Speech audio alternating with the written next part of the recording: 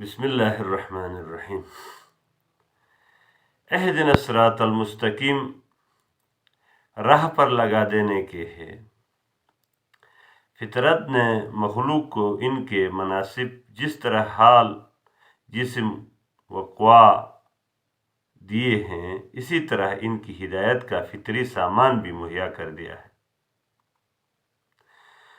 قرآن نے جا بجا اس حقیقت پر توجہ دلائی ہے، ہر وجود کے بننے اور درجۂ تکمیل تک پہنچنے کے مختلف مراتب ہیں۔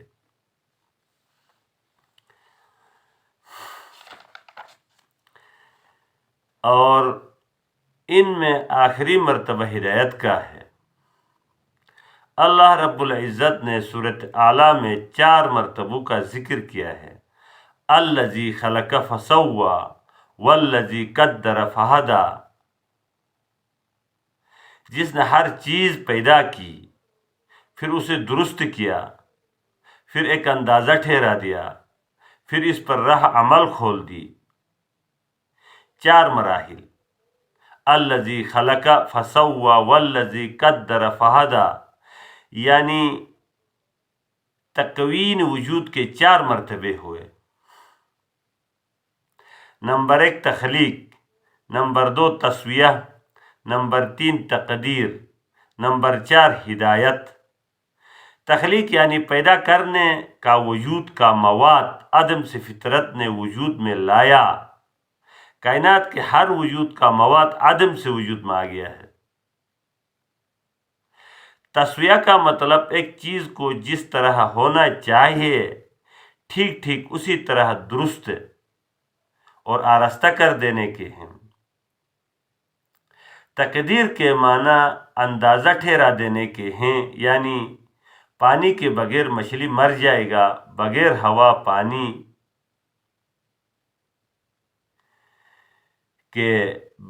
ہوا پانی کے انسان زندہ نہ رہ سکے وغیرہ، ظاہر باطن۔ ہدایت سے مقصود یہ ہے کہ ہر وجود پر اس کی زندگی و معیشت کی راہ کھول دی جائے، اس کی زندگی و معیشت کی راہ کھول دی جائے اور ان کے اندر وجدان و حواس کی روشنی جوان کی زندگی کی بقا کی راہیں دکھاتی ہدایت ہے۔ پروردگار نے بناوٹ دی اور راہ کھول دی۔ ابراہیم علیہ السلام نے سورہ صفات وَقَالَ إِنِّي ذَاهِبٌ إِلَىٰ رَبِّي سَيَهْدِينِ اور کہا میں ہر طرف سے کٹ کر اپنے رب کا رخ کرتا ہوں، وہ میری ہدایت کرے گا۔ ربی کا مطلب وہ مجھ پر ضرور راہ عمل کھول دے گا جب وہ میرا رب ہے۔ ہدایت کے ابتدائی 3 مرتبے، وجدان، نمبر 1 پر وجدان، نمبر 2 پر حواس، یہ دونوں انسان حیوان دونوں کے لیے ہے۔ اب انسان کے لیے ایک خاص، لیکن جہاں تک انسان کا تعلق ہے کہ تیسرا مرتبہ ہدایت بھی موجود ہے، اور وہ عقل کی ہدایت ہے، جس نے انسان کے آگے غیر محدود ترقیات کا در کھول دیا ہے۔ وجدان کی ہدایت کوشش کا ولولہ پیدا کرتی ہے۔ حواس کی ہدایت معلومات بہم پہنچاتی ہے، اور عقل نتائج و احکام مرتب کرتی ہے۔ حیوانات کو اس آخری مرتبے کی ضرورت نہ تھی۔ اگر یہ ہدایت حیوانات میں ہوتی تو انسانوں کے لیے مسخر کبھی نہ ہوتے۔ جو ہر عقل ہدایت کی ترقی یافتہ حالات ہے، یہ انسان کی سب سے اعلیٰ کڑی ہے۔ ہر مرتبہ ہدایت ایک خاص حد سے آگے رہنمائی نہیں کر سکتا۔ ہمارے وجود سے باہر جو کچھ موجود ہے اس کا ادراک وجدان نہیں کر سکتی، اس لیے اس سے آگے کا کام حواس کی ہدایت کا ہے۔ وجدان سے آگے کا کام حواس کی ہدایت کا ہے۔ وجدان کی رہنمائی جب درماندہ ہو جاتی ہے تو حواس کی دستگیری نمایاں ہوتی ہے، اور وجود سے باہر کی تمام محسوس اشیاء کا ادراک حاصل کر لیتے ہیں۔ لیکن حواس کی درماندگی کے بعد کلیات کی چھانٹنے کی ضرورت ہوتی ہے، احکام کی ضرورت ہوتی ہے، یہ کام عقل کی ہدایت کا ہے۔ ہدایت فطرت کا چوتھا مرتبہ یعنی عقل کی ہدایت نہ ہر حال میں کافی ہے، نہ ہر حال میں مؤثر۔ جب کبھی عقل اور جذبات میں کشمکش ہوتی ہے، جذبات کو اور عقل کا آپس میں کشمکش ہو جائے تو عقل اور جذبات میں کشمکش اکثر حالتوں میں فتح جذبات ہی کے لیے ہوتی ہے۔ خدا کی ربوبیت کے لیے ضروری تھا ہمیں وجدان کے ساتھ حواس دے اور حواس کے ساتھ عقل بھی دے، تو کیا ضروری نہیں تھا کہ عقل کے ساتھ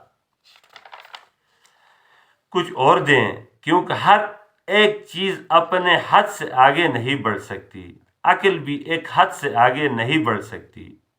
تو قرآن کہتا ہے کہ ضروری تھا، اس لیے اللہ نے چوتھی مرتبہ ہدایت کا بھی سامان کر دیا، جیسے وحی نبوت سے تعبیر کرتا ہے۔ وَهَدَيْنَاهُ النَّجْدَيْنِ، اور ہم نے سعادت و شقاوت کی دونوں راہیں نہیں دکھا دی۔ وہی الہی کی عالمگیر ہدایت الہدا جو اول دن سے دنیا میں موجود ہے، تمام نوع انسانی کے لیے ہر تفرقے سے پاک ہدایت ہے۔ اس عالمگیر ہدایت کو اللہ الدین کے نام سے پکارتا ہے۔ نوع انسانی کی حقیقی دین اسی کا نام اسی کی زبان میں الاسلام ہے۔ الاسلام۔ اگر ایک انسان خارجی اثرات سے خالی ذہن ہو کر قرآن کا مطالعہ کرے، اصل عظیم کے قطعی اور واضح اعلانات پڑھے، پھر دنیا کی طرف نظر اٹھائے تو وہ حیران ہو کر پکار اٹھے گا، یا تو اس کی نگاہ اسے دھوکہ دے رہی ہے، یا دنیا ہمیشہ آنکھیں کھولے بغیر ہی اپنے فیصلے صادر کر دیا کرتی ہے۔ ابتدا میں تمام انسان ایک گروہ تھے، امت واحدتاً۔